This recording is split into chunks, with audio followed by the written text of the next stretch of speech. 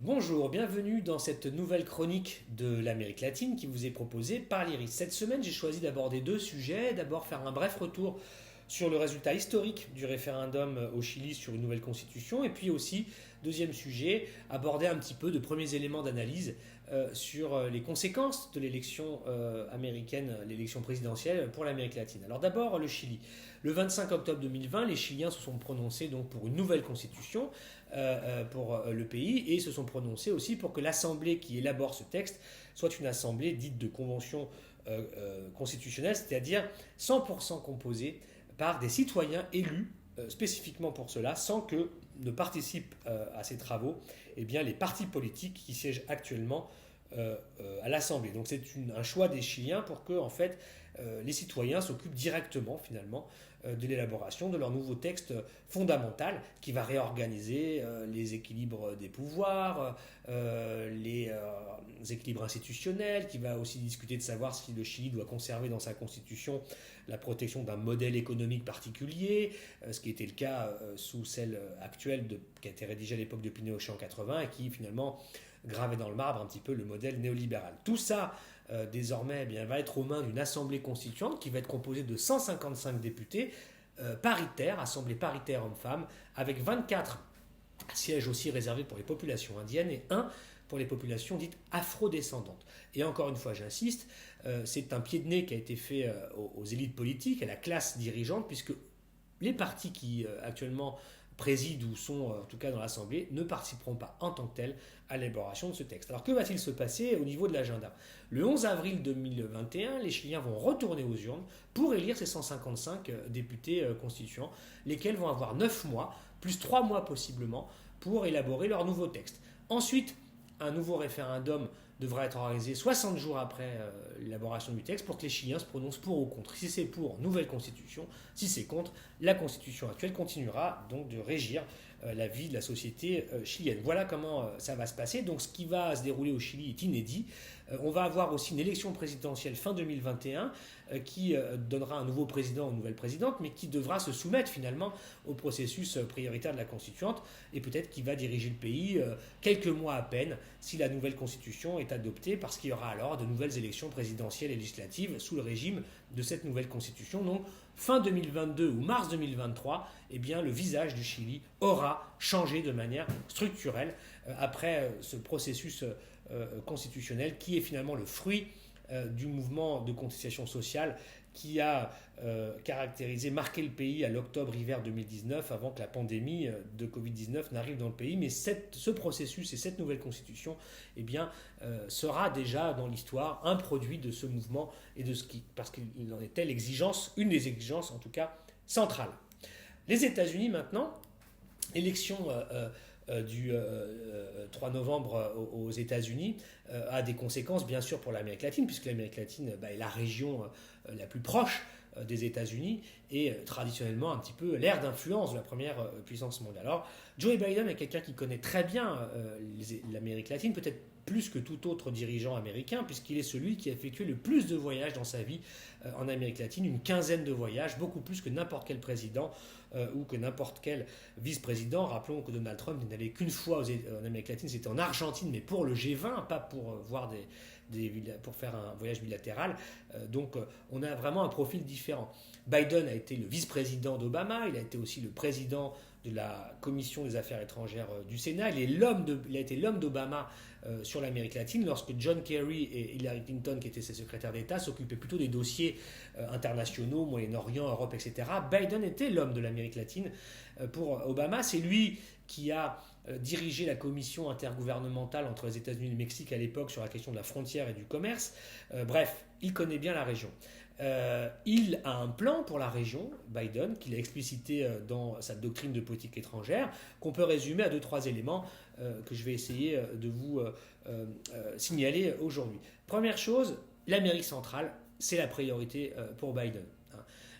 Le plan de Biden, c'est de financer un partenariat global avec l'Amérique centrale et en particulier les pays dits du Triangle Nord qui sont le Salvador, le Guatemala et le Honduras, qui sont les pays qui sont frappés par une immense pauvreté, une immense corruption la criminalité organisée, la violence systématique, le narcotrafic, et puis aussi qui sont les pays d'où partent les principaux migrants vers les États-Unis, beaucoup plus que le Mexique aujourd'hui. L'idée de Biden, c'est de financer un plan de 4 milliards de dollars sur les 4 prochaines années pour, dit-il, éteindre les racines qui font que les violences et les migrations partent de cette zone de l'Amérique centrale.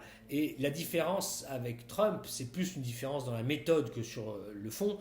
Biden veut promouvoir un agenda positif avec les pays centra-américains, un agenda multilatéral qui lui permette aussi d'en faire une vitrine de ce qu'il veut au niveau international, c'est-à-dire de montrer que les États-Unis restaurent un leadership qui a été abîmé par Trump, qui a été unilatéral, qui a été bilatéral, qui a été négatif, disruptif. Lui veut finalement restaurer le leadership américain à travers un redéploiement total du multilatéralisme dont les États-Unis seraient selon lui le seul moteur possible et le seul garant possible aussi pour que ça fonctionne bien. Donc l'Amérique latine va être pour Biden le premier terrain d'expérimentation finalement de cette restauration du multilatéralisme pour restaurer in fine le leadership américain dans la région, en particulier vis-à-vis des Chinois. Il veut faire ce travail avec les centres américains, ce partenariat global de développement économique, d'accompagnement dans des réformes structurelles sur la corruption, sur la sécurité.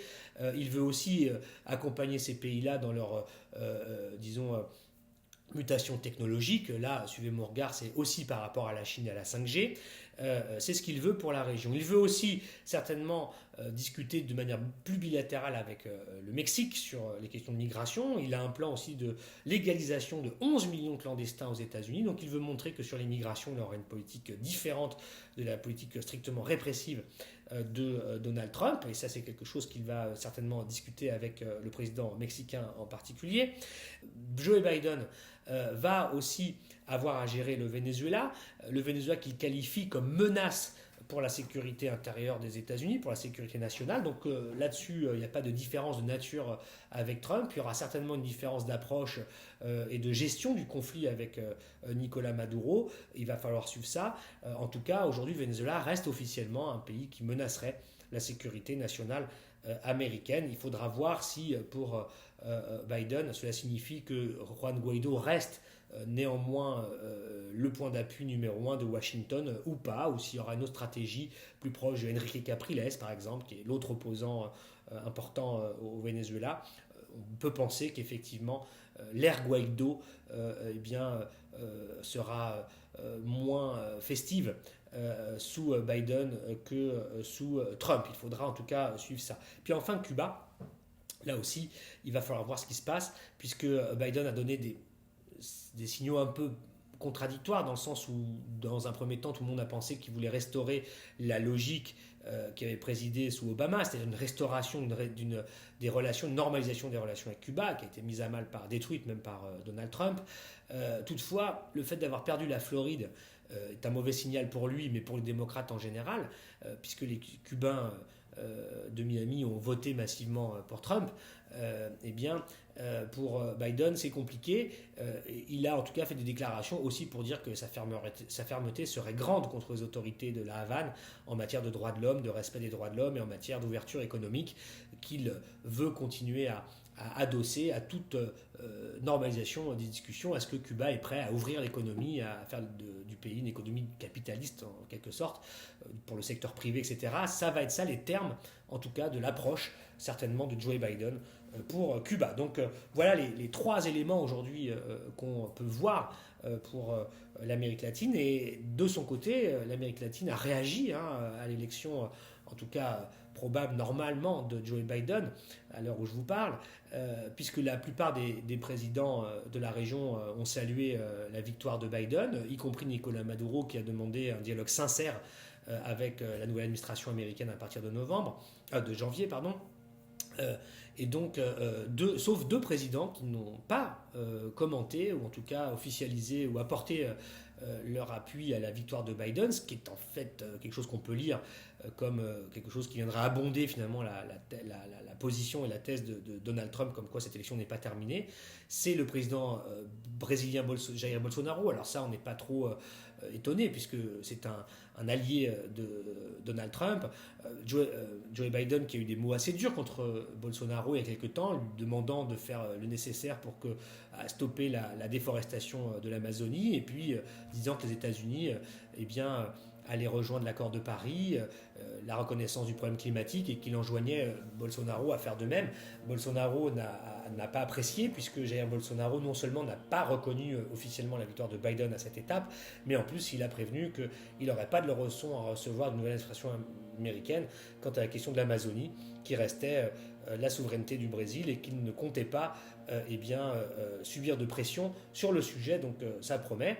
Et puis alors, plus mystérieusement, Andrés Manuel López Obrador, le président mexicain, n'a lui non plus pas encore salué la victoire annoncée de Joe Biden. Alors officiellement parce qu'il veut respecter la légalité du processus américain qui emmène finalement à ce que le vainqueur soit officiellement déclaré en décembre 2020, et parce qu'il veut dire ce qu'il a à dire une fois que le processus sera terminé. Il dit aussi qu'il ne veut pas faire comme on lui a fait en 2006 lorsque sa victoire a été volée par Calderón, mais c'est un message qui est peu entendable, en tout cas on ne comprend pas bien pourquoi. Il comme ça ne se prononce pas, et ça passe manifestement finalement pour un soutien un peu indirect à la position de Donald Trump. On se demande bien quel est le calcul de López Obrador derrière cela. Certains observateurs pensent aussi que M. López Obrador ne veut pas attiser d'éventuelles réactions imprévisibles de Donald Trump, qui pourraient encore, les quelques mois qui viennent, faire des représailles contre les Mexicains, par exemple